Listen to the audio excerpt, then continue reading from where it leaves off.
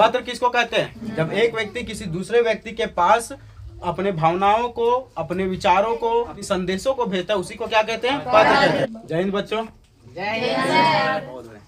तो बाबू एक नया टॉपिक है पत्र, है ना। परीक्षा में इम्पोर्टेंट नहीं बाबू, बहुत ज्यादा इम्पोर्टेंट है। कितना मार्क्स के लिए? तो 5 नंबर के लिए। फिक्स आप लोग को फाइनल परीक्षा में जो लेटर है वो रहेगा ही रहेगा, ठीक है। और लेटर कितना प्रकार का? सबसे पहले बताइए, लेटर मतलब क्या होता है? पत्र। लेटर मतलब पत्र किसको कहते हैं? लेटर को। बहुत बढ़िया सूझा। पत्र मतलब लेटर, और लेटर मतलब हाँ अपनी बातों को। हाँ बोलिए। जब एक व्यक्ति किसी दूसरे व्यक्ति के पास बाबू अपने बातों को, अपने संदेश को भेजता है ना, या तो उसके तक क्या करता है? शेयर करता है, तो इसी को हम क्या कहते हैं? लेटर कहते हैं, पत्र कहते हैं। क्या कहते हैं? पत्र कहते हैं। कोई दिक्कत? जब एक व्यक्ति किसी दूसरे व्यक्ति के पास अपने भावनाओं को, अपने विचारों को, अपने बातों को भेजता है, अपनी संदेशों को भेजता है, उसी को क्या कहते हैं? पत्र कहते हैं। पहले जो है बाबू संदेश भेजा जाता था किसके माध्यम से? चिट्ठी के माध्यम से। किसके माध्यम से? चिट्ठी के माध्यम से। अभी आ गया मोबाइल आ गया, अगर दूर से बैठा आदमी भी हाय हेलो करेगा सीधा, है ना, वीडियो कॉलिंग तुरंत फोन करेगा। लेकिन सर क्या पत्र लिखने का सिस्टम में खत्म हो गया? नहीं, पत्र लिखने का सिस्टम अभी भी है बाबू। पत्र कितना प्रकार का? 2 प्रकार का। एक होगा औपचारिक और दूसरा होगा अनौपचारिक। औपचारिक और अनौपचारिक, जिसको बोलते हैं बाबू इंग्लिश में कहते हैं बाबू फॉर्मल और दूसरा इनफॉर्मल। फॉर्मल और इनफॉर्मल मतलब हिंदी में एक को बोलते हैं औपचारिक और दूसरा को अनौपचारिक। यहाँ तक कोई दिक्कत नहीं? अच्छा सर, औपचारिक और अनौपचारिक पत्र है क्या? ठीक है, तो औपचारिक पत्र बाबू जो भी हम लोग अपने से बड़े अधिकारियों के पास पत्र लिखते हैं, किसके पास? अपने से बड़े अधिकारी, या तो फिर अपने प्रिंसिपल के पास लिख रहे हैं, टीचर के पास लिख रहे हैं, अपने से। वो सब हमसे बड़े अधिकारी हैं कि नहीं है ना। तो वो सब जो भी पत्र होगा वो कौन सा पत्र होगा? अपने से बड़े अधिकारियों के पास, प्रिंसिपल के पास, ये सब कौन सा लेटर होगा? औपचारिक। और उसके बाद फिर आता है अनौपचारिक। कौन सा? अनौपचारिक। अनौपचारिक मतलब क्या होता है? अपने रिश्तेदारों के पास। किसके पास? रिश्तेदारों के पास, सगे संबंधियों के पास पत्र, है ना, या तो फिर अपने रिश्तेदारों के पास पत्र, जैसे चाचा चाची, मौसा मौसी, भाई भौजाई, गोती ननी, ठीक है। ये सब जितना भी हो जाएगा सब कौन सा होगा? कौन सा होगा? अपना दोस्त के पास भी पत्र लिख रहे हैं, वो भी कौन सा होगा? अनौपचारिक। इनफॉर्मल, है ना। कौन सा होगा? इनफॉर्मल। यहाँ तो कोई दिक्कत नहीं। अगर बाबू आपको लिखना है अपने चाचा जी के पास पत्र, तो बताओ वो कौन सा लेटर होगा? फॉर्मल या इनफॉर्मल? अगर आप अपने वीडियो ब्लॉग के वीडियो के पास पत्र लिख रहे हैं, बताओ ये कौन सा लेटर होगा? कौन सा लेटर होगा? आपके गांव में बाबू बिजली का सुविधा नहीं है, वो सुविधा उपलब्ध कराने के लिए आप नगर निगम के अधिकारी को पत्र लिख रहे हैं, तो बताओ वो कौन सा लेटर होगा? नहीं समझे? समझ गए? यहाँ तक समझ में आ गया बाबू।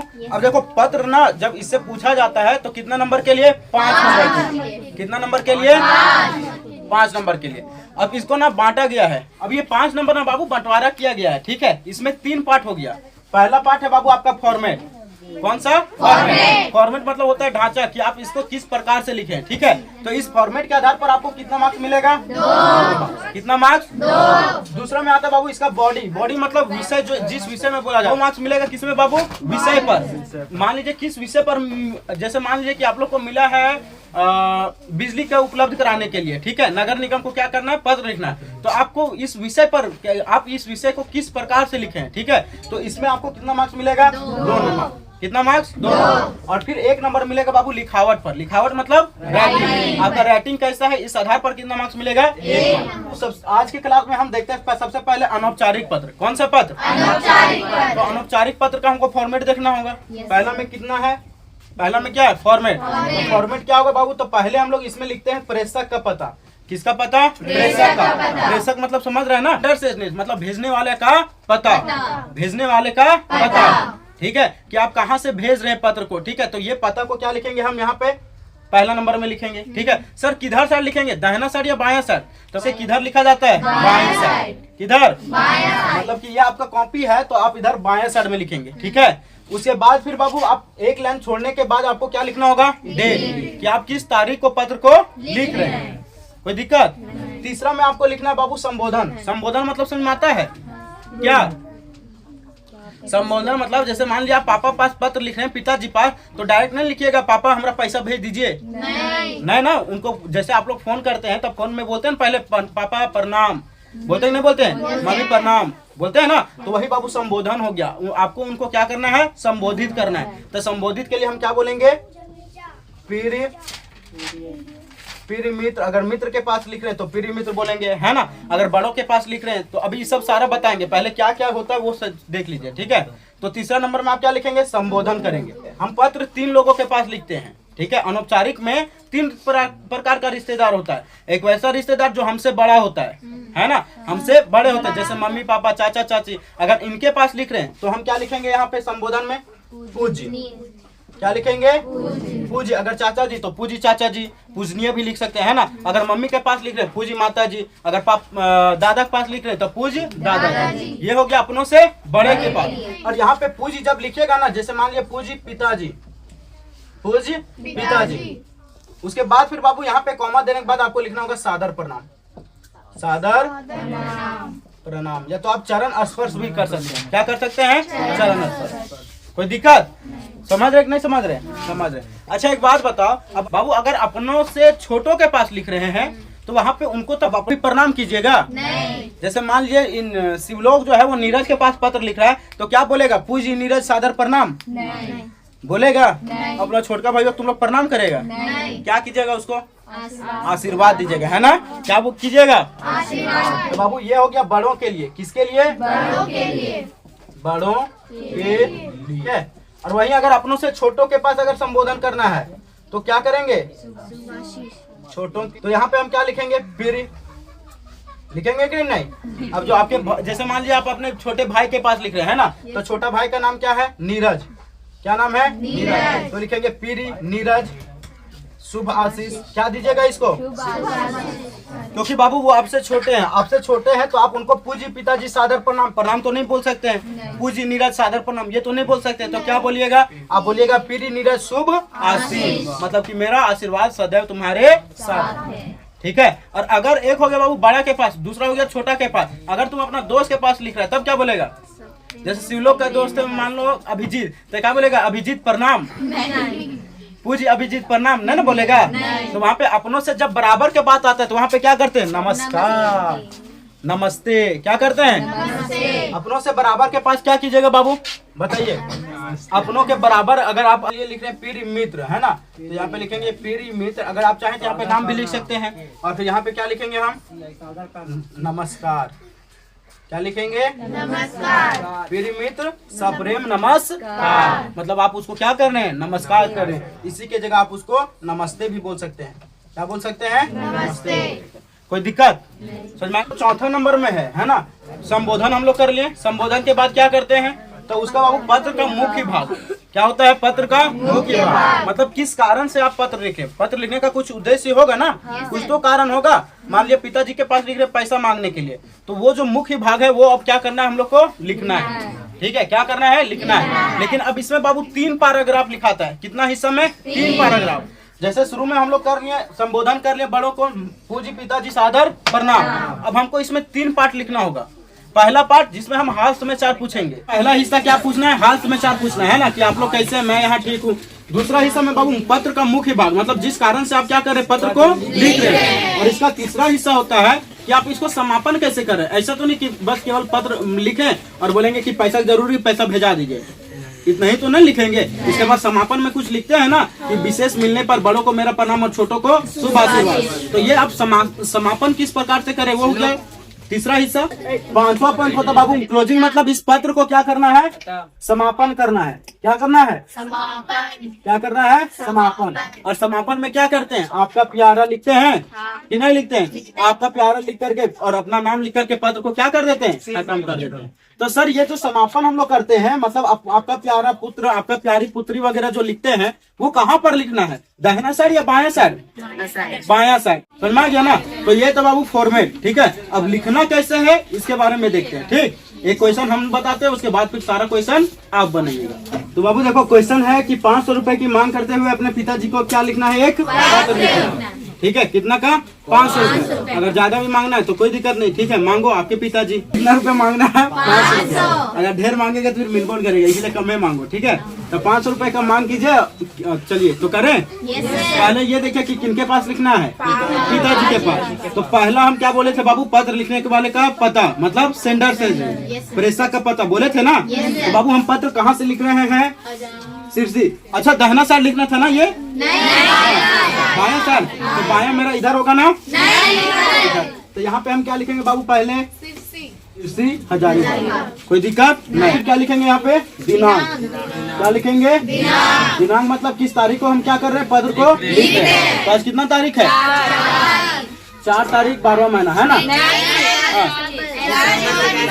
ऐसे लेटर में कभी भी नहीं करना है। तो सर करना क्या है? तो आज कितना है? दिसंबर।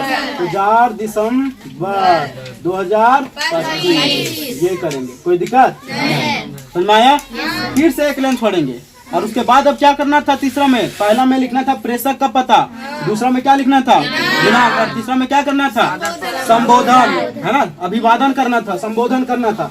तो किनके पास लिख रहे हैं? अपनों से बड़े के पास। तो जब अपनों से बड़े लिखते हैं तो क्या लिखते हैं उसमें? पूज्य। संबोधन क्या करेंगे? पूज्य पिताजी। उसके बाद सादर प्रणाम करते हैं ना? नहीं करते हैं? तो पूज्य पिताजी सादर प्रणाम। पूज्य पिताजी सादर प्रणाम। यहाँ तक कोई दिक्कत की दिक्कत? इन हिस्सा में लिखा था। पहला में क्या करना था बाबू? हाल समाचार पूछना था। तो यहाँ पे हाल समाचार पूछेंगे आप। मैं यहाँ कुशल मंगल हूँ, है ना? मतलब मैं यहाँ ठीक ठाक हूँ, और ठीक है, और मैं आशा करता हूँ या तो फिर करती हूँ कि आप सभी कुशल मंगल होंगे। यहाँ तक कोई दिक्कत? ठीक है। ये हो गया मेरा तीसरा पॉइंट जो था।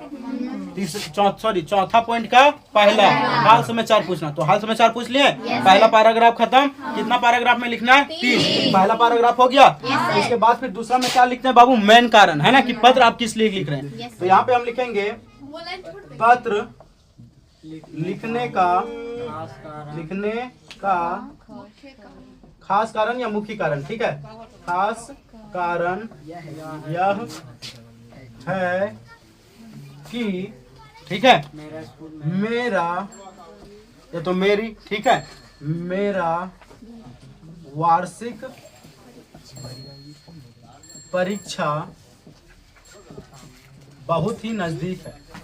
बहुत ही नजदीक है। मतलब मेरा जो वार्षिक परीक्षा है बाबू वो क्या है? नजदीक है। मेरा जो फाइनल परीक्षा है वो क्या हो गया है? नजदीक आ गया है। जिसकी तैयारी के लिए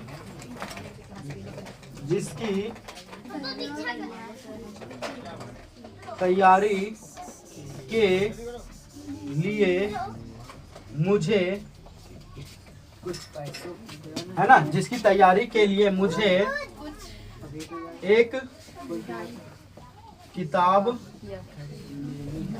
की आवश्यकता है। मतलब जिसकी तैयारी करने के लिए हमको क्या वर्मा गाइड वगैरह आता है ना बाबू, तो उसको लेना है बाबू, है ना? तो उसकी तैयारी, जिसकी तैयारी करने के लिए मुझे एक किताब की आवश्यकता है, परंतु इसे खरीदने के लिए मेरे पास पैसे नहीं है। मेरे पास पैसे नहीं है ना? जिसके कारण पढ़ाई करने में क्या हो रही बाबू? कठिनाई हो रही है। अगर लड़की सब गुपचुप के लिए लिखेगी तो लिखना पूज्य पिताजी सादर प्रणाम, मैं यहाँ कुशल मंगल हूँ, आशा करती हूँ कि अभी कुशल मंगल होंगे। पत्र लिखने का खास कारण यह है कि काफी दिनों से मैं गुपचुप नहीं खाई हूँ, है ना? काफी दिनों से मैं गुपचुप नहीं खाई हूँ, जिसके कारण से मेरा मन बहुत विचला हो रहा है। मेरा मन विचलित हो रहा है ना? मुझे कुछ भी काम करने में मजा नहीं आ रहा, अच्छा नहीं लग रहा है।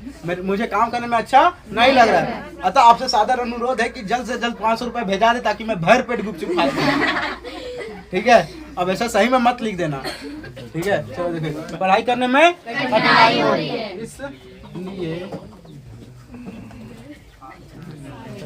इसलिए आप मुझे जल्द से जल्द,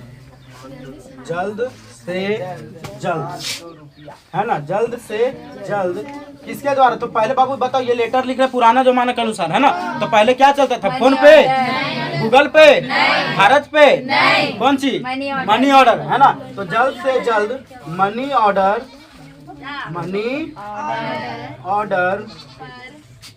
मनी ऑर्डर द्वारा पैसे 500 रुपए, है ना? मनी ऑर्डर द्वारा 500 रुपए भेजवा दीजिए। ठीक है? ताकि मैं किताब हाँ, खरीद कर अपनी परीक्षा की तैयारी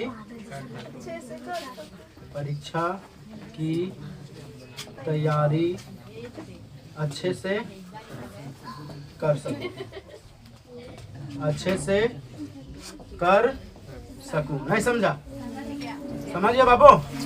अच्छा देखो, इसको 3 हिस्सा में लिखना था। पहला हिस्सा हाल समाचार पूछे, दूसरा हिस्सा कारण लिखे, और तीसरा हिस्सा में क्या करना है, इसको समापन करना है। तो तीसरा पैराग्राफ लिखें? ठीक है।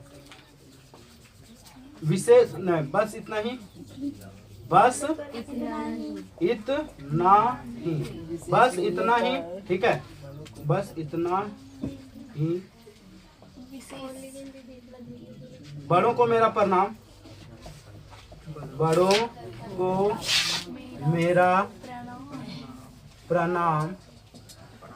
यहाँ पे आप ऐसे भी लिख सकते हैं, माँ को मेरा प्रणाम, ठीक है, माँ दादा दादी को मेरा प्रणाम। और हम उतना जो लिखेंगे डायरेक्ट बोल दिया ना, बड़ों को मेरा प्रणाम, ठीक है। जैसे पहले के बड़ों को प्रणाम, वही हम किए, ठीक है, बड़ों को प्रणाम। और छोटों को प्यार भरा आशीर्वाद, है ना, प्यार भरा आशीर्वाद, या तो शुभ आशीष, ये भी लिख सकते हैं। ये वाला छोटो है, छोलो मत लिखना, ठीक है। उसके बाद फिर बस यहाँ पे क्या लिखेंगे, आपका 5वां पॉइंट क्या था, समापन, है ना। तो आपका प्यारी परी, ठीक है, लड़की सब लिखना है, आपकी प्यारी परी, ठीक है, आप सबकी नहीं, हाँ, परी, आपका प्यारा पुत्र। यहाँ पे आप क्या लिखेंगे, नाम, क्या नाम है, तो मान लीजिए राहुल कुमार, क्या नाम है, राहुल कुमार, ठीक है। नहीं समझा? और बाबू लास्ट में जो आप लोग इस तरह से हरवा साफ लगाते हैं ना, ये सब नहीं करना है, ठीक, बस इतना ही। ये देखो, ऊपर का ये लाइन और नीचे का ये लाइन सब में फिक्स रहेगा, ठीक है। समझ नहीं आया? आ गया? अब अच्छा, इसी में क्वेश्चन रहेगा, सुन लो, कि अपने बड़े भैया की शादी में शामिल होने के लिए अपने मित्र को एक पत्र लिखें। तो नहीं लिख पाएंगे? लिख लेंगे, पूरा सेम रहेगा। क्या करना है, सिरसी हजारीबाग, उसके बाद फिर तारीख लिखेंगे, उसके बाद पूज्य के जगह मित्र को लिखना है ना, तो वहाँ पे क्या लिखेंगे, प्रिय मित्र सप्रेम नमस्कार। यहाँ पे आप लोग ये भी लिख सकते हैं, मैं यहाँ कुशल मंगल हूँ लिखा हूँ ना, यहाँ पे आप लोग ये भी लिख सकते हैं कि कल ही तुम्हारा पत्र मिला, मुझे यह जानकर बहुत खुशी हुई कि आप सब कुशल मंगल हैं, तुम सब कुशल मंगल हो, मैं भी यहाँ पे कुशल मंगल हूँ। उसके बाद फिर क्या लिखेंगे, पत्र लिखने का खास कारण यह है कि तुम्हें जानकर यह बहुत खुशी होगी कि मेरे बड़े भैया की शादी दिनांक 30 फरवरी को है ना।